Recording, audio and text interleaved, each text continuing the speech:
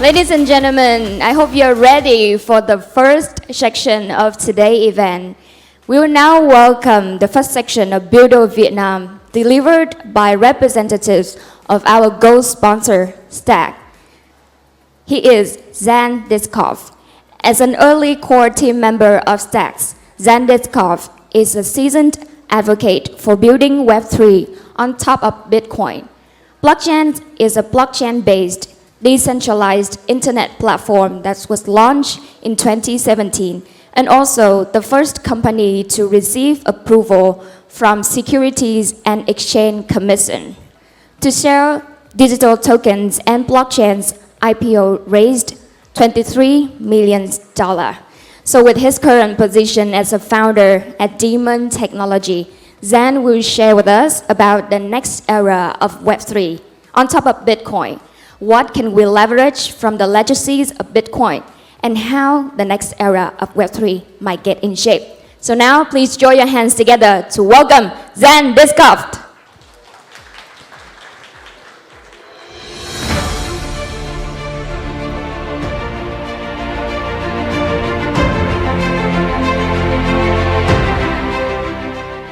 Awesome.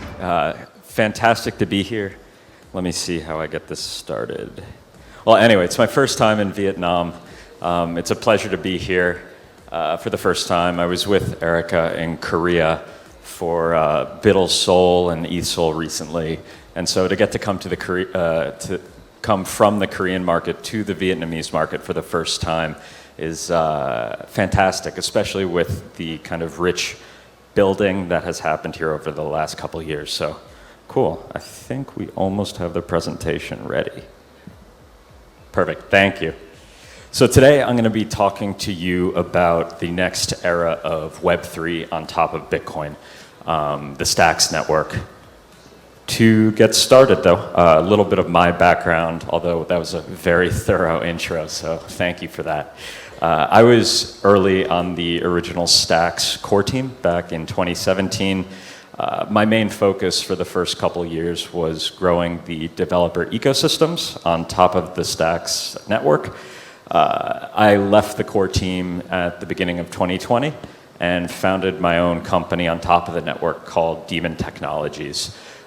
We generally spread the adoption of Stacks technology, mainly in Asia, with a more specific focus on funding projects, building on top of Stacks, partnerships with other technology providers, and also community growth in Asia. So, hold on one second. Oh. So the rise of Web3, I think, I won't spend too long on this, but I think we can all agree at this point, despite the secondary market being a little choppy, that Web3 has become the commonly accepted narrative that we're moving towards for where the internet's going. We may be early in the adoption and evolution of a lot of the technology, but it feels very different today than it did just a short number of years ago, when it was really more of a question of if Web3 would be a thing in the future. I think we've gotten past that period, and it's no longer a question of if, but when and how. There we go. So for this presentation, I'm only going to cover the crypto component of Web3 and Stacks specifically, but I think it's worth mentioning briefly that the way I think about Web3, it's much more than crypto. Ultimately, I think what we will end up calling Web3 when it is adopted is the combination of a number of different technologies that are all reaching inflection points around their evolution right now. Crypto is one of the main ones, specifically around open business models, distribution mechanisms, and being able to do things around open products like bootstrap the supply side of a market. But I think there's also other powerful technologies that crypto will combine with over the coming years to ultimately deliver this thing that we think of as Web3. Some of the other ones I think of are artificial intelligence, which is really starting to have a bit of a renaissance right now, edge computing, and storage more generally. But again, for the purpose of this talk, just focusing on the crypto component of Web3. And this is a little bit of how I think of the concepts that make up the Web3 stack. I don't think there's any one correct way to kind of frame this, but this is one way that I think about it. And it really starts at this foundation level with open, permissionless ownership in the digital world.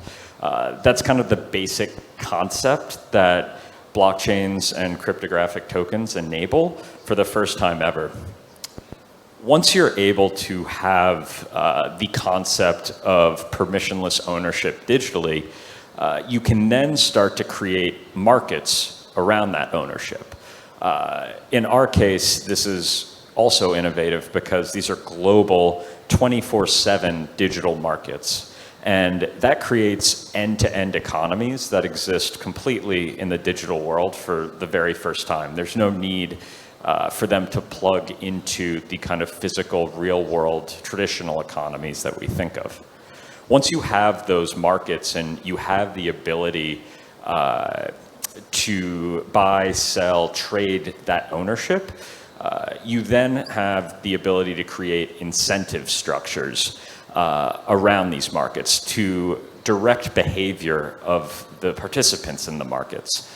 And then finally, on top of that, you kind of have the atomic unit of all of this, or kind of the blood of these economies, which are made up of fungible tokens and NFTs. So to kind of summarize how I see Web3, it's an open global economic system that exists in the digital world defined by decentralized trust. Now, one thing that's kind of interesting if you've been following the space for some time is all of this was really started by Bitcoin. Bitcoin is the reason I got into the space, and a lot of the people that have gone on to build some incredible things that don't necessarily have anything to do with Bitcoin, they originally came to this space because of Bitcoin. But to date, Bitcoin has largely been left out of Web3. And why is that? Well, very limited composability. What I mean by composability is the ability to create expressive smart contracts on Bitcoin. And that's tied to the fact that Bitcoin, I think by design, has slow-moving governance and is resistant to change. I don't necessarily think that's a bad thing, but it has, influenced this. And ultimately, it's that dynamic that has created a lot of different products where people have decided to exit from the Bitcoin ecosystem in order to do things that they feel like they cannot do within the Bitcoin community or on the Bitcoin network. This is directly where Ethereum came from originally. Now, that being said, there's still a huge amount of value that Bitcoin has to Web3 that's recognized. And you see this in attempts to bring Bitcoin over to networks that do enable the building blocks that you need for Web3. And I think a great example of this is wrapped Bitcoin. What's interesting there is I think wrapped Bitcoin and these attempts, they bring over the asset value of Bitcoin, but they largely miss the majority of the value of the network, which is actually the Bitcoin network itself, the network effect, and the strong guarantees around decentralized trust that I still think Bitcoin provides better than any other technology that exists. And why is Bitcoin kind of important to Web3 in my opinion? Well, this space was really founded on some very specific ideals and capabilities, mainly the ability to have global decentralized trust. And Bitcoin, you can look at it as digital gold, you can look at it as a store of value. I don't actually think either of those things are what Bitcoin is. Those are secondary use cases that the network and the technology can potentially be used for. At the end of the day, though, Bitcoin is a trust machine. Every 10 minutes, roughly, it spits out the strongest cryptographic proof of global agreement amongst people that don't know, don't like, and in many cases don't agree on anything together. And this is important because if we want to have a global world that adopts Web3, especially in the vision of this technology and keeping it open, permissionless, and decentralized, you need to make sure that at the foundation, that system has the strongest guarantees possible around that. I won't go too much into kind of the more technical or game theoretical underpinnings of what this technology enables, but needless to say that, you know, what the main innovation or one of the original innovations that's really enabled here is the ability for a global group of people that don't know, don't trust each other, to come to decentralized agreement in a fundamentally adversarial environment. And Bitcoin, again, does this better than any network or technology in existence. And so ultimately, I think if we can create Web3 or a system of Web3 where Bitcoin is able to serve that foundation, that to me, and we don't have to think of the trade-offs between that, scalability, expressive-ness at that foundational layer, that to me is kind of ideal. And so with that, you know, if Bitcoin has kind of the trust elements and hard security elements that we want at that foundation, but it's missing that rich composability and transaction scalability, how can we kind of fix that? So enter Stacks. One second. There we go. So Stacks is a blockchain network that anchors and provides composability and ultimately some scalability on top of Bitcoin. Stacks was originally founded, well, the actual network was started around 2017. We've had a few different upgrades and iterations of it, but the goal throughout the entire evolution has been to provide a layered system on top of Bitcoin that can ultimately deliver Web3. At the foundation of this system is Bitcoin. The Stacks network uses the Bitcoin network for settlement, security, and ultimately is the reserve asset of the entire system. On top of that is the Stacks blockchain, which connects to Bitcoin via a consensus mechanism called proof of transfer. We'll get into that in a moment. And on top of proof of transfer, the network uses a smart contracting language called Clarity that, in addition to being a little more safe and predictable than languages like Solidity, also can interact with Bitcoin's state as well as actually interact with certain types of Bitcoin addresses. Proof of transfer, to give kind of a high-level view, is the consensus mechanism that allows Stacks to connect to Bitcoin. The way it works is proof of transfer is conceptually equivalent to proof of work. Miners spend a resource of known value in order to compete to win and mint the next block. The aha moment we had with it is you only need to go from electricity to digital asset once, which is what Bitcoin does with proof of work mining. For Stacks mining, or proof of transfer mining, miners spend Bitcoin itself in order to compete to mine the next block. One interesting consequence of this that we'll get into a little bit later is it also gives the network the capability to incentivize or reward Stacks token holders who are staking their tokens as well as helping keep miners honest with Bitcoin. So if you stake Stacks tokens, you don't earn more Stacks tokens, you earn native Bitcoin directly from miners. This also has some other nice properties to it. There's no special hardware or a high amount of compute required to mine. Stacks and its apps inherit some of the security properties of the Bitcoin network. In this case, a hash of every single Stacks block header is included in a Bitcoin block, an anchor block, and can be confirmed all the way down to that foundational layer.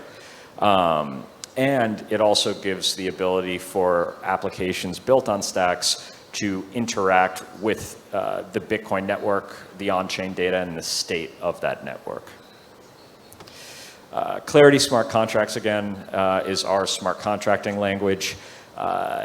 It was created to be more predictable, a little more secure, no compiler necessary. All of these things meaning it can be a bit safer to create smart contracts as well as to interact with them. As a user of the Stacks network, the smart contracts I interact with are human readable in terms of what they will execute, and it makes understanding what a contract is going to do, and if there's a potential, malicious part of that contract, a lot more easy to kind of see. And we'll get into some of the use cases that this potentially enables a bit later, but Clarity contracts, again, can access Bitcoin network state, and in some cases can control or trigger some actions from taproot addresses.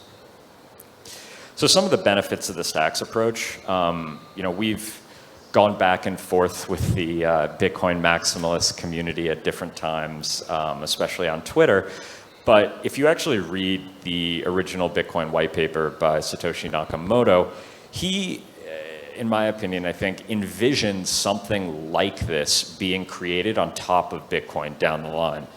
Specifically, he envisions a completely separate network and separate blockchain that can share CPU and ultimately security power with Bitcoin. Again, the kind of benefits of the approach of the Stacks network is that the Bitcoin layer doesn't need to change. And I personally think that's super important. I don't want Bitcoin to change. I think it is the best at what it does. And I think trying to change that is taking a massive risk at potentially ruining one of the most innovative technologies I think we've ever created. The Stacks network can scale independently of Bitcoin while still, interacting with the network. Some of the traction to date, the Stacks 2.0 network, which is the current protocol that I'm speaking to you about today, was launched coming up about a year and a half ago. It was launched at the beginning of 2021. And currently, Stacks is the #1 Web3 project on top of Bitcoin in terms of developer traction. Now, this is still fairly small to the traction in the developer communities that we're seeing on top of Ethereum, per se. But I think there's a huge amount of opportunity and upside potential because of the latent value market and addressable user base that exists within Bitcoin that right now I would say is kind of latent and dormant, if you will.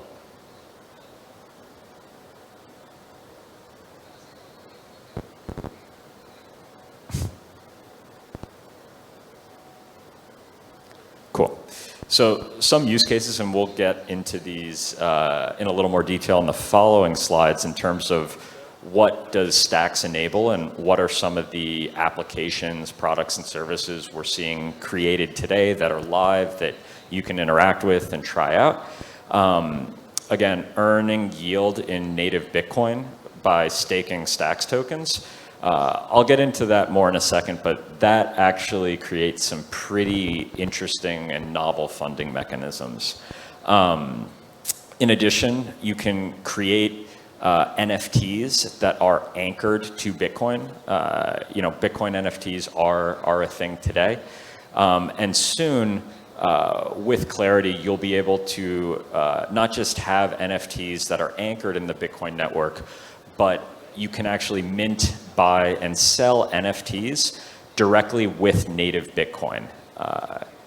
We also have a number of DeFi protocols that are enabling native Bitcoin-based lending, borrowing, trading, and more generally, you can create fully expressive Web3 apps, play-to-earn games, pretty much anything that you've seen created on Ethereum, Solana, any of the other Web3 networks, on top of Stacks, but also where they can have their own kind of application-specific chain in a way that settles down to Bitcoin ultimately.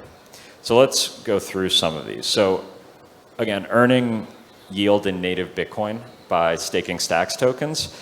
This is stacking. I think this is a screenshot from one of the recent cycles. Stacking runs on a roughly 2-week cycle. Again, it's not something that is controlled by any company or central party. It's native to the protocol. So every stacking cycle is 2,100 blocks long. Stacking is pretty nice too, in that it can be done natively without giving up custody through a pool, or so either pooling your stacks together to earn yield along with others in order to meet kind of a dynamic minimum, or you can also delegate a service provider to stake for you without giving up any custody of your tokens. The APY again is dynamic because it is coming directly from miners that are spending to compete to mine, and so that can depend on the competitiveness of that market. But historically, it's been around 8 to 10%. And what I think is much more interesting about this is what stacking can be pointed towards for additional uses other than just being an individual holder of Stacks tokens earning Bitcoin. Stacking enables some very interesting novel funding mechanisms. For instance, you can have a number of Stacks holders that, let's say, want to create and fund a DAO, just point the earnings from their tokens towards a DAO or any other initiative to start generating bootstrapping funding. One real-world example of this, a pretty cool experiment that I followed closely over the last few years, was the City Coins project in the United States, with Miami Coin being the one specific part of that project. Again, I think an early experiment on how to provide public infrastructure funding and an incentive mechanism for, in this case, residents of Miami. A lot of improvement and more experimentation to do there, but I think it's a good example of some of what stacking can enable. Again, Bitcoin NFTs, create, buy, and sell NFTs that settle down to Bitcoin. This is actually one of the most active spaces on top of Stacks. If you want to check it out and kind of see a good high-level overview of most of the activity there in one place, this project, Gamma.io, is what I would call the kind of open sea on top of Stacks. And there's some really cool projects, everything from professional photographers and artists creating guilds around their content, to projects that originally existed on top of Ethereum but had more of a Bitcoin ethos, like the Satoshiables project, actually bringing their NFTs back to settle down to Bitcoin. And again, I think what I'm really excited about when it specifically comes to NFTs on top of Stacks is the ability in the next couple of months to deliver on really what I think the term Bitcoin NFT should really refer to, which is the ability to do all of this, to mint, buy, sell, trade NFTs with native Bitcoin itself without having the end user having to interact with Stacks tokens themselves.